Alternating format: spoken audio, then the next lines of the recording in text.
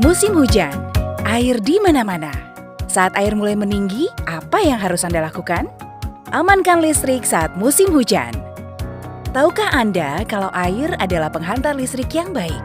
Apabila terjadi banjir dan aliran listrik masih menyala, maka aliran listrik dapat dihantarkan melalui air yang kian meninggi, sehingga bisa berakibat fatal. Inilah mengapa PLN bersama dengan masyarakat harus tanggap mematikan listrik saat banjir. Nah, ada beberapa kondisi yang mengharuskan aliran listrik dipadamkan oleh PLN sementara waktu agar tidak membahayakan lingkungan sekitar. 1. Apabila rumah pelanggan terendam banjir, maka PLN akan langsung mematikan listrik di pemukiman tersebut untuk keselamatan bersama. Apabila aliran listrik yang masih menyala, diharapkan partisipasi masyarakat di area pemukiman tersebut untuk sesegera mungkin melaporkannya melalui kontak center PLN 123. 2. Apabila gardu distribusi terendam air, namun wilayah sekitarnya tidak banjir, maka PLN juga akan segera mematikan listrik di gardu tersebut. Hal ini tentunya menyebabkan pasokan listrik di beberapa lokasi terpaksa terhenti sementara waktu. Proses mematikan listrik pada gardu tidak semudah mematikan listrik di rumah. Gardu distribusi dimatikan dengan proses bertahap, melalui pemutaran beberapa knop dan tombol. Proses ini cukup memakan waktu dan tidak mudah.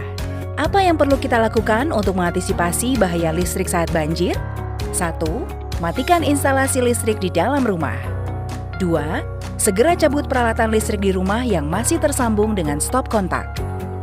3. Naikkan alat elektronik ke tempat yang lebih tinggi agar tidak terendam banjir. 4. Apabila aliran listrik di lokasi yang terkena banjir belum padam, segera hubungi kontak center PLN 123. 5. Mengungsi ke daerah aman sedini mungkin. Jika air terus meninggi, hubungi instansi yang terkait dengan penanggulangan bencana banjir.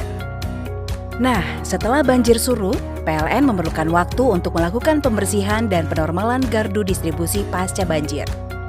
Di sisi pelanggan, dimohon untuk memastikan semua peralatan elektronik maupun instalasi dalam keadaan kering.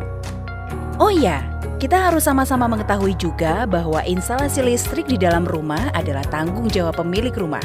PLN berwenang sampai dengan kWh meter pelanggan.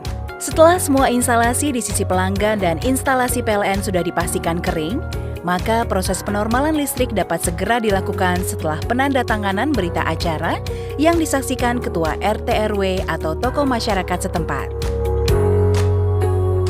Nah, yuk sama-sama kita amankan listrik saat musim hujan.